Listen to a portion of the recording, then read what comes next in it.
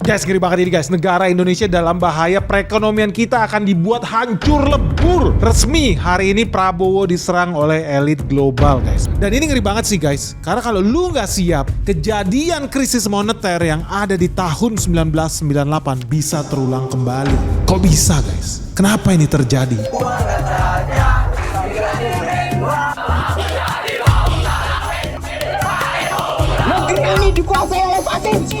Saya memutuskan untuk menyatakan berhenti dari jabatan saya sebagai Presiden Republik Indonesia. Kalau penasaran, jangan di skip video ini.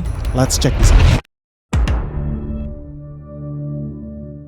Jadi teman-teman udah resmi ya di bulan Maret 2026 again sesuai dengan yang gue ajarin bahwa rating ekonomi Indonesia akan terus-menerus dihancurkan, dikikis tahap demi tahap, layer demi layer oleh lembaga rating dunia. So yang paling fresh from the oven, Fitch Rating, dia udah nurunin ya ekonomi Indonesia outlooknya ke negatif, bahkan sampai ke BBB, triple B, B3 bro. Dan ini salah satu yang paling sadis dan Indonesia harus bisa nih menyikapi agen-agen asing ini. Kenapa? Karena ini semua udah sesuai dengan skenario yang mereka bikin untuk menghancurkan negara kita, buat melengsarkan Prabowo. Kenapa?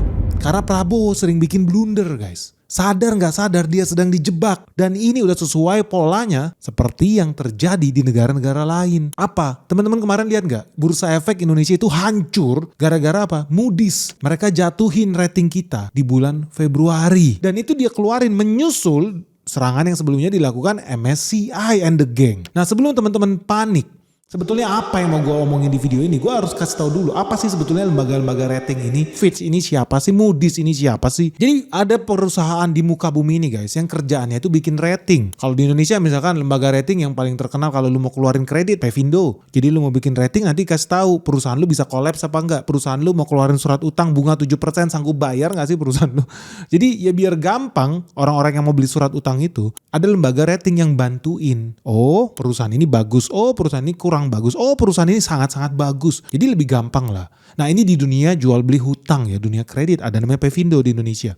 Nah kalau teman-teman bicara perusahaan juga ada yang nge-grading sebuah perusahaan. Itu pun yang gue lakukan juga. Kalau ada perusahaan dari Singapura mau investasi ke Amerika Serikat, gue sering ditanya, menurut Pak Benix gimana? Atau kebalikannya, perusahaan dari Hong Kong mau investasi ke Singapura, gue juga sering ditanya. Kita sendiri bikin rating sendiri. Nah di dunia ini ada juga yang lebih terkenal karena mereka bukan cuma merating saham, bukan cuma merating perusahaan, tapi mereka merating negara. Gila nggak? Negara aja dikasih ranking. Ada ranking A, tentu bagus. Ranking B, ranking C, makin lama makin nyungsep guys. Nah salah satu lembaga rating yang terkenal ada di dunia itu adalah Moody's. Jadi apa pekerjaan Moody's? Moody's itu kerjanya ngasih peringkat kelayakan kredit sebuah negara, sebuah perusahaan, sebuah bank, atau sebuah obligasi, bahkan proyek infrastruktur aja dia bisa kasih rating. Jadi gampangnya gini guys, rating yang dikasih Moody's itu paling bagus tuh triple A. AAA, ini nomor wahid guys, ini keren nih, ini banyak negara-negara yang super kaya adanya di sini nih, termasuk kalau lu lihat negara Skandinavia, Norwegia itu triple A guys, dipercaya. Di bawah triple A, A3 kali, itu yang A-nya 2 kali, AA. Di bawah A 2 kali, ada yang A-nya cuma sekali, itu A doang. Nah di bawah lagi nih, makin nyungsep lagi nih, rankingnya apa? BAA. Di bawahnya BAA, BA. Di bawahnya lagi, B doang. Di bawah B ada lagi nggak? Ada. CAA. Di bawah CAA, CA. Di bawah CA, C. Intinya gitulah, macem-macem lah. Ada juga yang ngasih rating itu paling bagus AAA, nanti BBB, CCC, pokoknya beda-beda lah. Tapi metode yang digunakan Moody's itu sampai kemudian negara lu dianggap negara gagal ketika udah masuk ke zona C guys. Jadi garis besar ya, negara yang dianggap sebagai negara investment grade alias negara yang terpercaya untuk dipercayakan duit lu diinvestasikan, itu negara yang ratingnya udah tentu lah yang paling bagus, AAA. Kalau yang C udah gak laku guys. Paling bawah apa? BAA. Jadi nggak sampai level C. BAA ini titik nadir guys, karena di bawahnya itu udah B doang. Nah Indonesia akan dianggap sebagai negara layak investasi kalau rating kita ya AAA, A2 kali, A1 kali, BAA. Nah kalau BA1 doang gimana? Wah itu udah bahaya guys. Kita udah sama kayak negara-negara yang ada di Afrika. Surat utang kita tadinya layak investasi, begitu masuk ke zona BA doang, BA1, wah kita udah dianggap sebagai negara junk bond guys, surat utang kita dianggap sampah. Nah kalau kita masuk ke zona sampah, akibatnya apa? Negara Indonesia kalau mau ngutang, mau gak mau suku bunga utangnya, kan bunga utang bayar bunga ya, harus makin mahal. Supaya orang tertarik beli karena resikonya tinggi. Nah ini hubungannya dunia hutang dengan dunia rating. Dunia rating dengan perekonomian bangsa lu. Makanya lu harus mau peduli. Dan makanya teman-teman gak usah heran. Kalau lu nabung di Norwegia, bunganya kecil. Lu nabung di Jepang, bunganya kecil. Kenapa? Karena resikonya dianggap rendah. Kemungkinan gagal bayarnya rendah. Jadi negaranya kalau ngeluarin surat utang gak perlu ngasih bunga tinggi-tinggi. Nah buat negara-negara cap kaki 5, negara-negara nasi uduk ya, mau gak mau kalau mereka keluarin surat utang terpaksa ngasih bunga utang itu tinggi supaya orang investor makin bangga, makin seneng beli surat utang dia walaupun beresiko nih negaranya bubar kah, negaranya kena nuklir lah,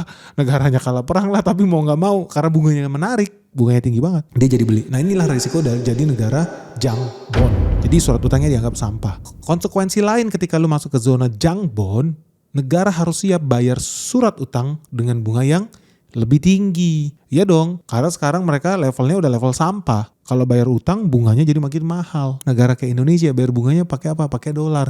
Padahal penghasilan negara Indonesia di APBN dalam rupiah. Nah kalau kemudian rupiah dihancurkan terus-menerus secara strategik, apa yang terjadi? Beban utang akan makin mahal.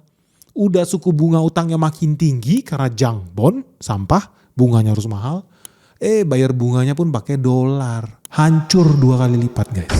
Dan begitu Indonesia kalau masuk sampai ke zona junk bond nih, karena permainan mereka-mereka juga sebenarnya. Lu harus siap. Bakal banyak dana global yang keluar. Wajib bahkan buat keluar, kabur, capital flight. Takut mereka. Apalagi kemudian Indonesia bakal disusul dengan demo-demo palsu, demo-demo bayaran, bikin kerusuhan di mana-mana, krisis moneter, dolar terlalu kuat secara ekstrim, bunga utang melonjak, mata uang anjlok, ujung-ujungnya apa? Pasar saham rontok guys. Makanya teman-teman gak usah heran ya.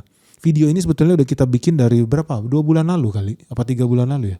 Tapi kita gak pernah syuting. Kenapa? Karena gue takut orang gak bisa menyerap intisari dari video ini. Tapi sayangnya hari ini gue terpaksa harus syuting. Kenapa?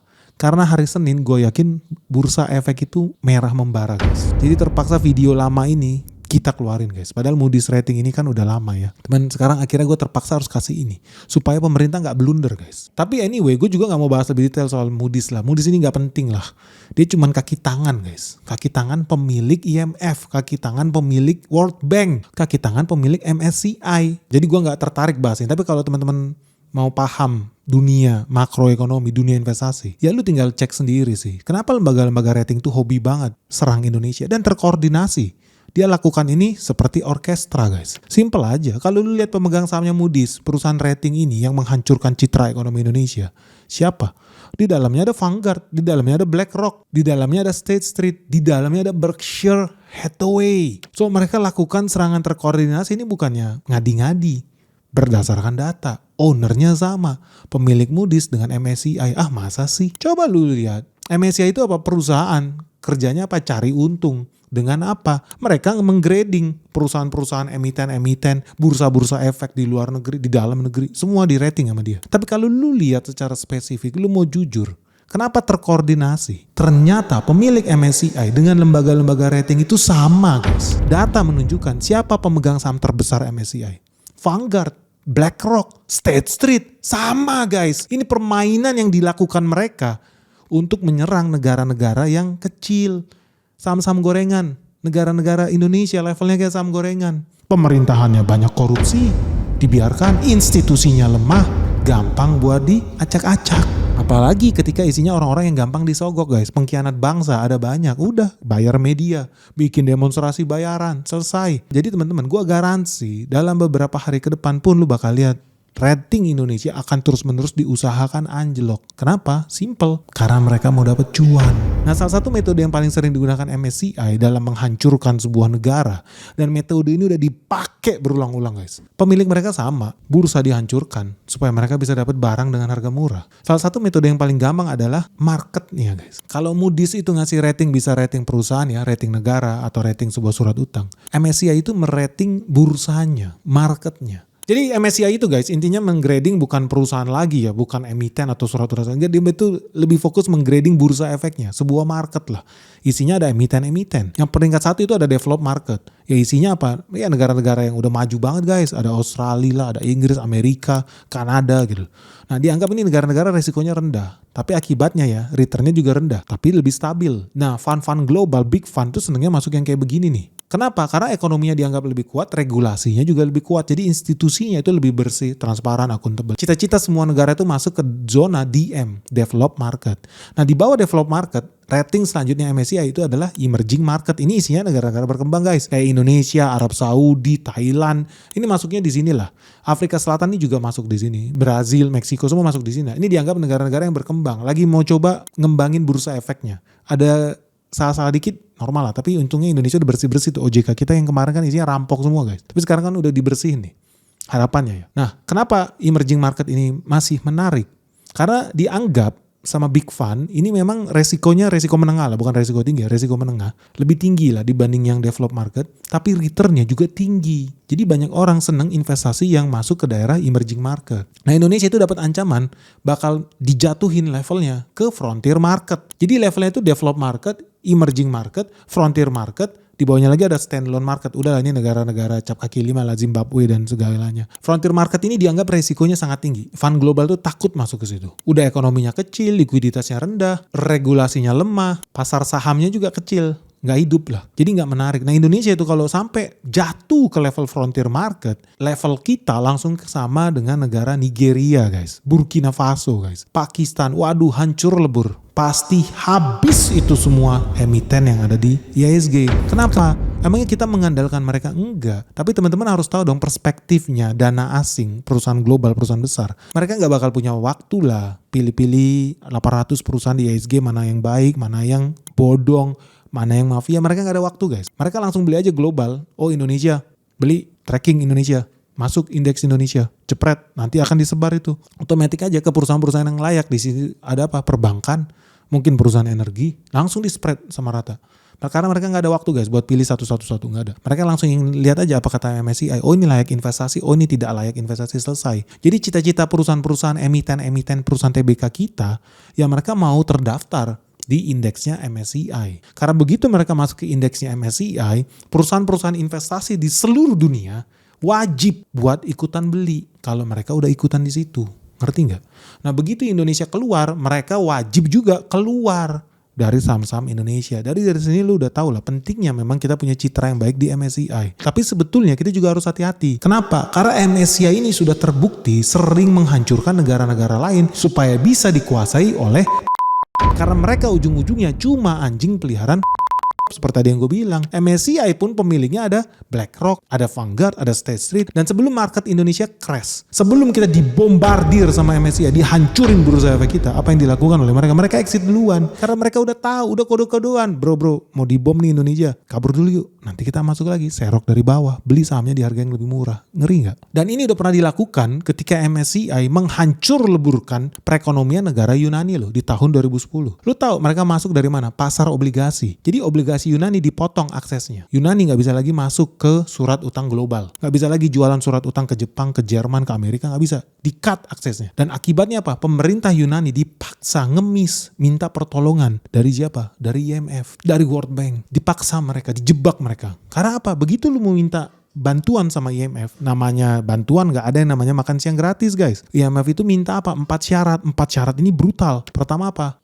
Gua mau ngutangin lu tapi lu naikin ya pajak lu. Lu bayangin Indonesia lu mau ngutang sama gua boleh, tapi pajak karyawan-karyawan di Indonesia naikin 3 kali lipat. Mati gak lu? Yang kedua, anggaran APBN disuruh hemat, austerity. Harus penghematan anggaran totalitas. Apa yang terjadi guys? Government spending berkurang. Government spending berkurang apa? Peredaran duit di masyarakat berkurang. Nah yang ketiga apa? Dia minta BUMN yang ada di Yunani buat menjual aset-asetnya. Harus diprivatisasi BUMN. Supaya apa? Asing bisa masuk. Menguasai aset-aset strategik bangsa Yunani. Diperkosa mereka bisa-bisa sama IMF. Ini terjadi nggak di Indonesia? Nanti. Ada alasan keempat dulu. Yang keempat lagi yang mereka minta apa? Mereka minta dana pensiun dipotong. Supaya apa? Supaya lansia mati loh. Udah biarin aja lah orang-orang tua ini ngapain dikasih uang pensiun. Ambil semuanya, rampas. Wis, sadis guys, brutal nih IMF. Dan memang resmi akhirnya Yunani, namanya juga negara Yunani, isinya banyak juga orang bodoh di sana. Apa yang dilakukan? Dia menggadaikan negaranya ke IMF karena udah terjebak nih, udah tercekek nih. Negaranya selama ini apa? Defisit artinya apa? Negaranya itu menjalankan APBN pakai utang. Lah kalau di stop utangnya gimana bayar gaji PNS? Gimana bisa impor BBM? BBM-nya disubsidi lagi, kan goblok. Duit subsidi. Beli dolarnya dipakai buat beli minyaknya sampai negara mereka dibakar. Jadi ingat kayak negara Kazakhstan, ribuan triliun habis buat apa? Bakar solar, bakar bensin. Kan goblok, duit ribuan triliun subsidi dipakai buat memperkaya negara lain, begitu barangnya sampai dari luar negeri dibakar di dalam negeri. Bodoh banget. Gua akan lebih rela defisit APBN itu kalau dipakai buat apa? Bangun sekolah, bangun jembatan, investasi di data center, bikin jaringan kabel satelit super cepat. Waduh, negara kita tambah maju guys, garansi. Tapi kalau duit APBN habis ribuan triliun setiap tahun buat beli bensin, impor dari luar negeri, impornya pun pakai dolar loh. Artinya kan rupiah digadaikan. Lu punya duit rupiah, dijual. Lu beli dolar. Dolarnya sampai sini diapain? Enggak buat bangun sekolah? Tidak. Buat beli bensin lu. Masuk bensin ke sini, diapain? Diminum? Kagak, dibakar guys. Bodoh. Tapi itulah yang terjadi di Yunani guys. Apa yang terjadi? Akhirnya di bulan Mei 2010 resmi Yunani sepakat menjual negaranya, menjalankan perintah IMF, dan IMF resmi memberikan bailout yang pertama. Racun masuk guys, suntikan pertama, jebret, 1,1 kuadriliun rupiah atau setara 110 billion euro. Ganas ini. Wah, rakyat mungkin pesta pora di sana, namanya juga rakyat Yunani, isinya orang-orang tol, bego, IQ mereka rendah guys. Mereka merasa IMF ini juru selamat bangsa. Baik sekali IMF, tapi mereka lupa yang namanya bantuan asing gak ada yang gratis. Gak ada, itu ada bunganya, itu ada harga yang harus dibayar guys. Dan konyolnya ya, ketika IMF ngasih suntikan dana, apa yang terjadi sama Yunani? Harusnya negaranya pesta pora dong, happy dong, ekonomi naik dong, wah dapat surat utang dong, likuiditas tinggi, duit beredar di masyarakat. Tapi faktanya tidak. Karena apa? Setelah IMF kasih dana, yang dilakukan IMF selanjutnya apa? Tebar fear. Dibilang apa? Pemerintah Yunani manipulatif. Pemerintah Yunani memberikan data-data palsu. Data GDP yang mereka laporkan fana. Karena mereka mengklaim defisit mereka cuma 5% terhadap GDP. Tapi ternyata lebih dari 7% terhadap GDP. Wah ini palsu. Tukang tipu nih negara nih. Negara korup nih. Konyol banget ini orang. Udah datang-datang ngaku-ngaku juru selamat. Begitu masuk ke Yunani apa? Diobok-obok Yunani. PNS disuruh dipecatin lah. BUMN dijual-jualin lah. Negara disuruh penghematan massal. Banyak orang mati kelaparan. Dan ini terefleksi di Bursa Efek Yunani. Mei 2010, begitu IMF masuk, apa yang terjadi? Bursa efek mereka turun dalam minus 71% guys. Titik terendah nih sejak all time high mereka di bulan Oktober 2007. Padahal harusnya datang IMF, juru selamat, ekonomi naik dong. Tapi enggak. Hati-hati lu, racun yang mereka bawa. Dan setelah IMF memainkan fungsinya, apa yang terjadi? Halo guys, ngeri banget ini guys. Market terus-menerus nyungsep, merah membara dan crash di mana-mana. Nah, buat teman-teman yang merasa bingung nih gimana cara melewati navigasinya nih, peperangan yang terjadi di Iran bentar lagi buka cabang di Asia. Kalau lu nggak siap guys, lu jangan kaget kalau lu harus berpisah dengan harta kekayaan lu. Nah, terus gimana kalau teman-teman yang masih belum tahu dan belum tahu gimana caranya bersiap menuju dunia yang makin kacau ini? Jangan sampai lu investasi lu terganggu. Segera gabung di Benix Investor Group. Karena apa yang terjadi di market crash hari ini, merah membara, sudah gue share dari tahun lalu. Dan hari ini semua berjalan sesuai skenario yang gue ajarin. So buat teman-teman yang pengen tahu gimana caranya cari cuan ya di era perang dunia 3 ini, segera daftarkan dirimu sekarang juga hanya di www.benix.id. Karena cuma di sini ya kita bakal ajarin lu gimana cara investasi yang benar. Kita bakal ketemu dengan direksi-direksi perusahaan top yang ada di Indonesia. Kita akan ajak lu buat site visit, temu emiten, bahkan kita ada acara sebentar lagi gala dinner bersama seluruh investor di Benix Investor Group. So tunggu apa lagi guys? Orang dari luar negeri aja berbondong-bondong buat ikut Benix Investor Group. Masa lu ketinggalan? Benny Batara, the founder of the Benex Investor Group. Yuk buruan segera daftar di Benix Investor Group sekarang juga. Apa yang terjadi? Masuk nih kucuk-kucuk budak-budak mereka nih. Budak-budak IMF nih. Moody's masuk. Moody's langsung kasih klaim. Rating Yunani turun, downgrade. Dari A3, AAA yang paling wahid, paling premium, paling hebat, paling elit. Langsung anjlok ke BA1. Ingat kata gue di awal. Begitu lu masuk ke zona BA1, lu dianggap negara sampah. Yunani turun 4 peringkat. Masa Moody's setolol itu sih? Bisa-bisanya ekstrim banget turun dari AAA ke BA1. Mendadak. Nggak mungkin mereka nggak tahu. Jadi semua kayak kayak settingan ini guys. Jadi lu bisa bayangin, masa sih sebuah negara dalam satu malam, jangan anggap ya ini gak bisa terjadi di Indonesia, dalam satu malam ratingnya anjlok dalam. Dari AAA paling elit ke BA1, junk bond. Sampah guys. Akibatnya apa? Moody's masuk, IHSG mereka, bursa efek mereka anjlok lagi di bulan Juni. Tadi bulan Mei, gara-gara serangan IMF, minus 70%. Sekarang masuk lagi serangan dari Moody's, minus lagi, minus 73% guys. Brutal nih permainan guys. Dan ingat, gara-gara surat utang mereka turun, minus dalam tuh, jadi junk bond. Begitu jadi junk bond, apa yang terjadi? Tadi kan gue udah bilang, kalau lu masuk ke rating sampah, bunganya jadi makin mahal guys. Surat utang lu bunganya jadi makin mahal. Nah selama ini yang jual beli surat utang itu siapa ya? Sama lalu kalau mau beli Ori lah atau lu mau beli Sun kan pasti lewat bank. Bank Mandiri kek, Bank BCA kek. Sama juga ini guys dengan yang terjadi di Yunani. Apa? Bank-bank itu mendadak collapse. Kenapa? Karena utang-utangnya itu harus di swap nih. Untuk menyelamatkan ya tadi ya surat utang yang mendadak bunganya jadi naik tinggi. Harganya jadi kayak sampah. Bank itu menerima kerugian yang sangat-sangat tinggi guys. Kenapa? Ya karena banyak bank punya duit. Kayak orang goblok lah. Kayak bank-bank di Indonesia kan goblok. Disuntik duit 200 triliun sama Purbaya disuruh apa? Kucurin ke bawah dong. Biar hidup. Kredit di bawah. UMKM hidup segala macam. Tapi memang pengkhianat bangsa itu ya. Banker-banker sini apa yang dia lakukan? Dia kan nabung bro di bank sentral. Dia malah duitnya dipakai buat beli Ori, dipakai buat beli Sun, pengkhianat bangsa ini. Padahal duit 200 triliun itu duit pajak kita semua. Lu bayar pajak, dikumpulin sama Purbaya, ditaruh ke perbankan Himbara itu dengan harapan diturunin lagi ke bawah. Malah dia beli surat utang negara. Memang mereka ini. Terus surat utang negara kan ada bunga yang harus dibayar. Yang bayar bunga siapa? Rakyat lagi, dipajak 2 kali lu, rampok lu.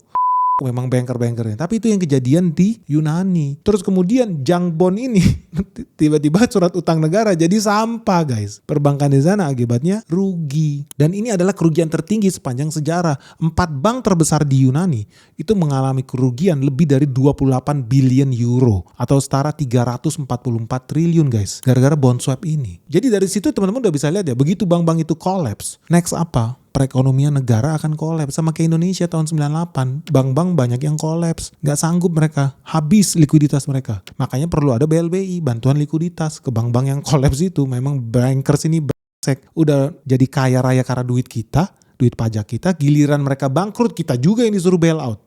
Kita juga yang disuruh selamatin, kan kocak memang. Tapi itu pun yang terjadi di Yunani. Setelah bank-bank kolaps itu apa? Negara Yunani mau gak mau ya tetap harus bayar utang dong. Tetap harus bayar bunga dong utangnya ke IMF. Brengsek ini. So apa yang dia lakukan? Mereka pun mulai menggadaikan aset-aset negaranya. Karena sejak mereka mendapatkan bantuan dari IMF, apa yang terjadi? Mereka kena poison pill. Mereka kena racun. Mereka kena narkoba.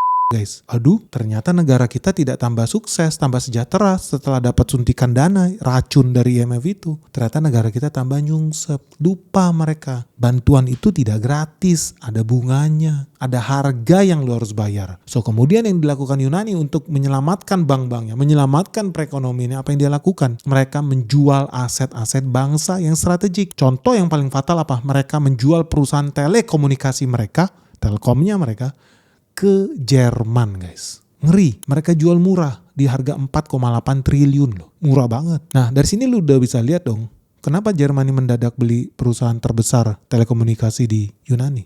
Karena ternyata faktanya ya Jerman beli saham perusahaan telekomunikasi terbesar di Yunani dengan harga murah, diskon 76%. Karena ingat formasinya sudah hancur dulu bursanya. MSCI udah ngebom. Setelah MSCI masuk apa? Lembaga rating ngebom seperti di Indonesia. Setelah lembaga rating ngebom apa yang terjadi? Perusahaan-perusahaan hancur, kolaps, sahamnya dijual murah. Masuklah juru selamat ini yang sebetulnya dimiliki oleh sama juga. Beli mereka langsung aset-aset di sana dengan harga diskon. Mungkin teman-teman jadi inget ya kisah di Indonesia. Jangan-jangan sama ya. Kita dulu udah ngalamin itu loh. Makanya perusahaan telekomunikasi favorit lu ternyata bukan milik Indonesia. Tapi kita gak mau ngomong ke sana. Kita bahas dulu Dutch Telekom. Mereka belanja Hellenic Telkom, perusahaan telkomnya Yunani ini dengan harga murah. Sebelumnya harga saham mereka ya sebelum diserang IMF, harga saham mereka itu 26 euro guys. Tapi begitu masuk ke IMF, harga sahamnya anjlok parah sampai ke 6 euro doang. Tragis guys. Tragis, sejarah selalu berulang. Prabowo lu harus paham. Mereka gak berhenti cuma dengan ngasih racun suntikan dana di tahun 2010. Yunani kemudian dipaksa lagi buat ambil bailout dari IMF. Bailout jilid 2 di tahun 2012. Cuman jeda 2 tahun loh. Dipaksa minjem lagi ke IMF. Nilainya berapa? 130 billion euro guys. Ini lebih dari 1.500 triliun. Can you imagine? Negara sekecil itu dipaksa ambil utang ribuan triliun, negara miskin Yunani. Gimana sih bisa bayar utang? Nggak bisa guys. Jadi apa yang terjadi? Di bulan Juni 2012, sama nih, di tahun yang sama, metodenya sama, berulang-ulang, sama aja guys. Lagi-lagi nih, MSCI masuk duluan. Apa yang dilakukan MSCI? Di downgrade Yunani. Dari developed market yang paling elit ke turun jadi emerging market di bulan Juni 2012. Mereka langsung bikin statement, Yunani siap-siap ya, lu bakal gua downgrade. Baru statement guys, belum resmi, baru statement lu bakal gua downgrade. Tapi lu tahu dong apa maksudnya MSCI mau bikin rumor seperti itu. Karena setelah MSCI bersuara bakal mendowngrade bursa efek Yunani, apa yang terjadi dengan perekonomian Yunani? Bursa efek Yunani langsung anjlok parah, berada di titik terendah, langsung minus 90% guys. Sadis guys. Minus 90%. Jadi lu lihat runtutannya. Tahun 2010 bantuan IMF turun minus 70%. Setelahnya bantuan tahap 2 tahun 2012 masuk bantuan IMF, MSCI bermain lagi minus 90%. Sadis. Dan ini langsung diperparah dengan apa? Berkshire Hathaway bermain. Mereka punya perusahaan namanya Coca-Cola. Saat itu adalah perusahaan dengan market capitalization terbesar di Yunani. Lu bayangin, perusahaan dengan valuasi terbesar di bursa efek Yunani berkoordinasi nih dengan pemiliknya sama. Tadi gue udah buka sama lu. Pemilik siapa? Berkshire Hathaway, perusahaan investasi salah satu yang terbesar di dunia. Coca-Cola yang punya siapa? Lu juga udah tahu yang punya Berkshire Hathaway. Apa yang terjadi? Kabur dia, keluar, exit dari bursa efek Yunani, pindah ke bursa efek London. So lu imagine kalau ini terjadi di Indonesia, perusahaan-perusahaan dengan market kapitalisasi besar kabur dari Indonesia, apa yang terjadi dengan IHSG? Rontok bro. Gila ini formasinya guys, permainan ini. Dan itu yang dilakukan. Coca-Cola pindah dari Yunani ke London. Dan lu udah tahu dong apa yang terjadi. Resmi 1 tahun setelahnya, bulan Juni 2013, resmi ternyata betulan MSCI downgrade indeks saham Yunani ke emerging market. Gila ya, lu bayangin. Tapi perusahaan-perusahaan barat itu udah tahu lebih awal. Mereka exit duluan. Kabur duluan guys. Permainannya cantik guys. Lu gak ngerti karena lu bukan investor. Tapi kalau investor di IHSG lu wajib tahu. Sejarah selalu berulang. Dan karena tadi ya perusahaan-perusahaan besar kabur dari bursa efek. Bursa efek mereka makin anjlok nilainya. Lembaga rating bermain lagi di situ bersama MSCI. Apa yang terjadi? Yunani makin kelelep guys. Mereka harus apa? Ngemis lagi sama IMF. 3 tahun setelah bailout kedua, Yunani dipaksa mengemis lagi ke IMF. Bulan Agustus 2015 menerima bailout yang ketiga kalinya, nilainya 1.700 triliun. Gila guys, negara udah kelelep guys. Jangankan bayar utang ke IMF, bayar gaji PNS aja udah gak sanggup, tapi dipaksa lagi digenjot. Buat apa? Ambil utang. Tol memang, goblok ini. Dan karena mereka ujung-ujungnya ngambil utang kan harus ada bunga guys. Ada yang dibayar. Ada harga yang lu harus korbankan. Mungkin nyawa rakyat lu sendiri. Mungkin kedaulatan lu korbankan. Dan itu yang terjadi di Yunani. Karena mereka kalang kabut gak bisa bayar hutang. Ujung-ujungnya apa? Yunani menggadaikan negaranya. Apa yang dilakukan Yunani? Dia menjual 14 bandara mereka ke oligarki Jerman guys. Gila guys. Lu harus tahu siapa sih oligarki Jerman ini sebenarnya. Nanti kita akan bahas guys. Tapi lu bisa bayangkan, bandara itu pintu masuk negara, itu strategik. Indonesia punya Angkasa Pura BUMN. Wajib akses lu. CIA keluar masuk lewat bandara. Investor asing keluar masuk lewat bandara. Turis wisatawan bawa dolar keluar masuk lewat bandara. Penting. Lu mau membangun hubungan diplomatik dengan negara lain ya harus lewat bandara juga. Jadi akses yang sangat strategik bandara ini. Tapi kemudian Yunani menggadaikan itu. Ke siapa? Ke Fraport. Perusahaan bandara punya Jerman. Di harga diskon. Lu bayangin ya, 14 bandara di Yunani itu penghasilannya sekitar 180 juta euro. Tapi dibeli sama Jerman cuma setara 1,2 miliar euro. Diskon gede guys. Lu bayangin ya, ini dalam rupiah ya, 180 juta euro saat itu setara 2,6 triliun revenue mereka. Dibeli sama Jerman setara 17 triliun. Cuan gede gak Jerman? Cuan gede. Begitu keluar berita bahwa Jerman berhasil merampok aset strategik Yunani. Apa yang terjadi? Saham Fraport langsung naik 70% guys. Awalnya cuma 55 euro. Begitu mereka berhasil merampok kedaulatan Yunani, sahamnya langsung naik jadi 96 euro guys. Dan terus naik terus guys. Gila nggak? Bahkan Jerman ini ya sangat-sangat diuntungkan dengan membeli bandara-bandara Yunani ini guys. Lu bayangin aja ya. Di tahun 2025 kemarin kita terima nih laporan keuangan mereka. Bandara-bandara Yunani itu mereka omzetnya aja sudah 4,3 triliun dalam 6 bulan pertama 2025. Kalau lu setahun kan berarti omzet mereka itu setara 8,6 triliun. Padahal modal belinya cuma 17 triliun. Kan gila ini guys. Perusahaan profitable, namanya manusia pasti pakai pesawat. Lu aja di Indonesia mau pergi ke Surabaya, mau pergi ke Bali, lu pakai pesawat. Malah dikasih ke negara lain lo. Gila nggak? Dikasih ke negara terkaya di Eropa yang namanya Jerman, yang hobinya memperkosa negara-negara yang lebih lemah, negara-negara yang lebih kecil. Menarik guys. Dan memang terbukti cuan gede mereka. Tadi yang gue bilang ya, mereka beli modalnya cuma 17 triliun. Padahal sekarang lu bisa lihat penghasilannya bisa sampai 8 triliun lebih dalam 1 tahun. Brutal permainan ini guys. Kalau lu ngerti sejarah ekonomi dunia. Padahal kalau lu lihat ya Fraport itu by the way pengelola bandara ya terbesar di Jerman. Penghasilan dia paling besar bukan dari Jerman. Lu bayangin Fraport itu basisnya di Frankfurt. Tapi karena mereka mengakuisisi banyak negara-negara miskin guys. Dimanipulasi. Penghasilan mereka lebih besar dari negara-negara kecil itu. Bahkan lebih besar dibanding Jerman sendiri. Lu tahu ya top 5 bandara yang menyumbangkan cuan paling gede buat Jerman. Bukan bandara Frankfurt, bukan bandara yang ada di Hamburg, Berlin, no. Tapi bandara Santorini, di mana? Yunani. Yang kedua, Mykonos. Di mana bandara Mykonos? Di Yunani. Yang ketiga, bandara Rhodes. Yang keempat, bandara Thessaloniki. Itu semua dari Yunani guys. Yang kelima apa? Bandara yang ada di Peru, di 5. Jadi kalau lu lihat sumber-sumber cuannya Fraport, perusahaan bandara nomor 1 di Jerman bukan dari Jerman. Malah dari negara Yunani yang diperkosa sama mereka itu guys. Wajar nggak? Wajar aja. Lu bisa di Jerman hari ini apa? Gajinya gede. UMR mereka udah tinggi, puluhan juta. Biaya keamanan tinggi. Regulasi lingkungan ketat. Ujung-ujungnya apa? Margin lu jadi kecil. Makanya mereka wajib memperkosa negara-negara yang lebih lemah guys. Ini mindset oligarki guys. Dan lu gak usah bingung sebenarnya siapa sih di belakang layar yang bermain di sini.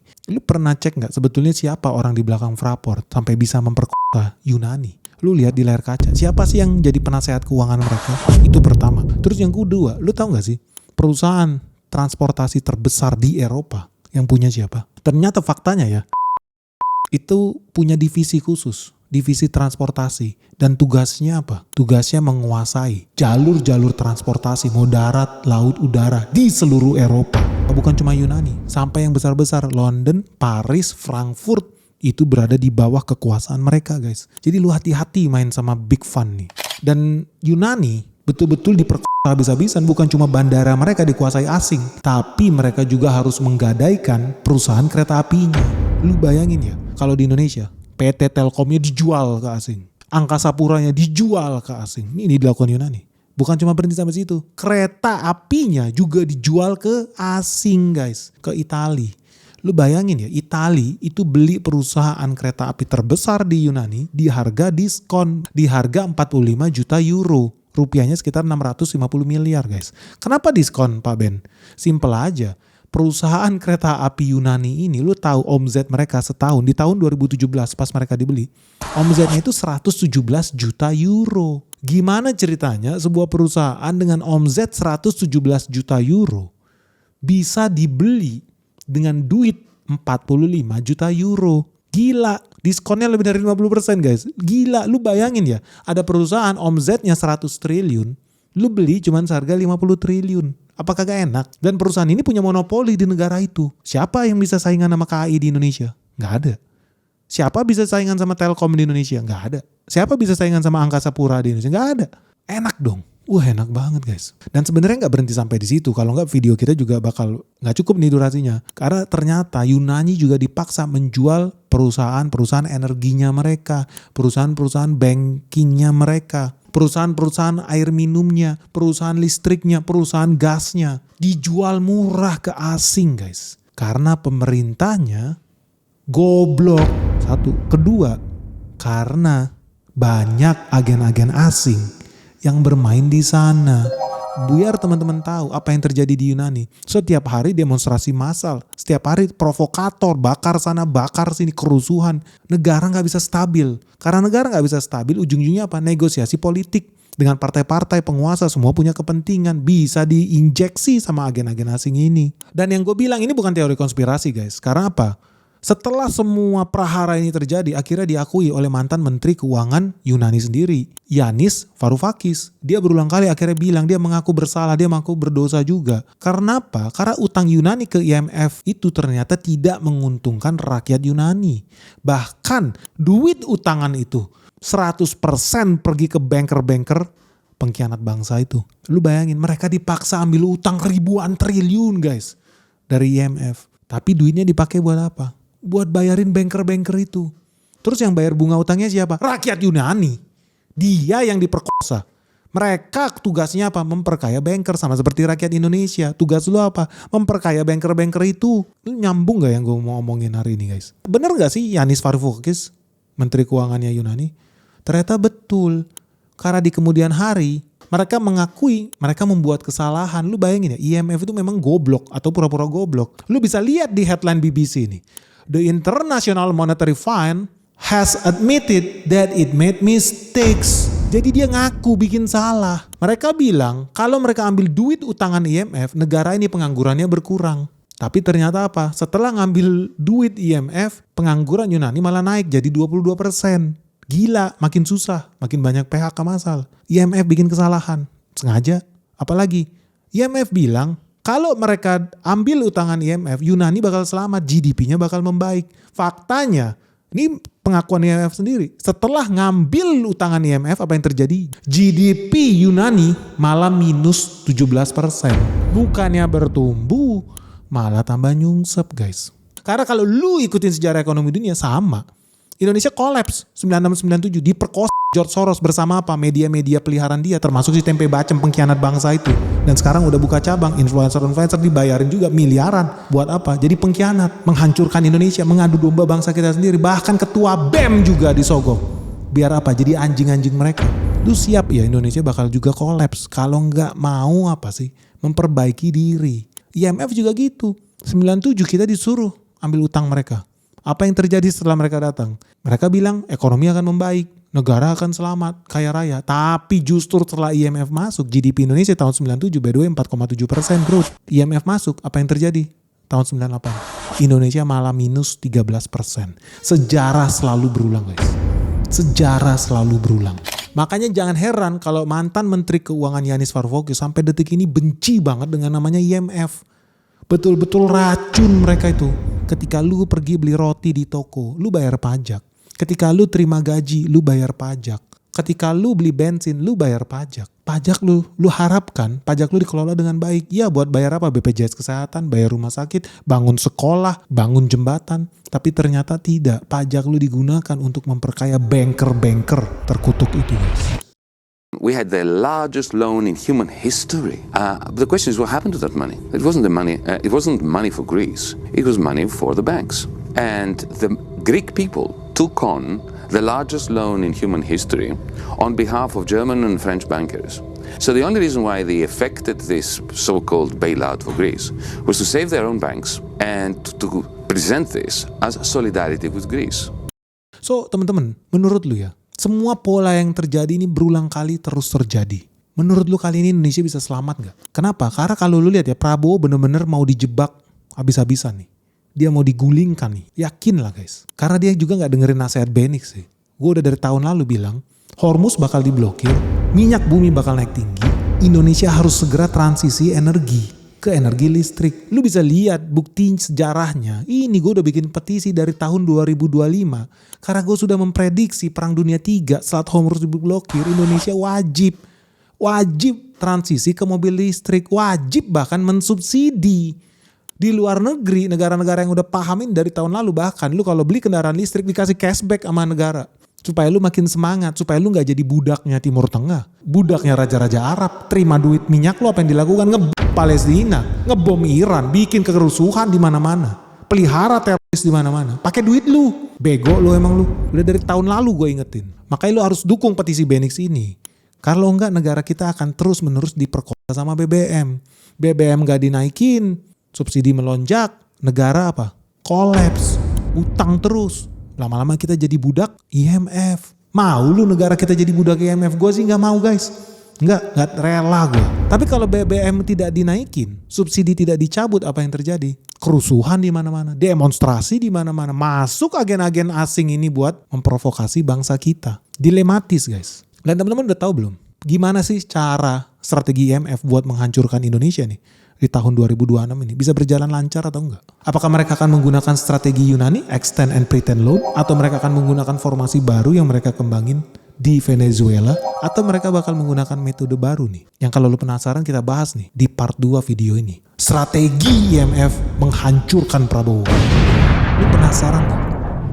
Gimana sih cara mereka? Dan mereka udah taruh antek-antek mereka jadi pejabat tinggi di negara ini. Bukan pejabat-pejabat cap kaki 5 guys yang gajinya cuma 10 juta, 50 juta, 100 juta, itu rendahan guys. Tapi jadi pejabat-pejabat tinggi di negara ini yang gajinya miliaran. Ternyata selama ini Indonesia masih menyisakan anjing-anjing peliharaan IMF sejak tahun 98. Sudah ditanam di sini supaya negara kita tetap kerdil guys.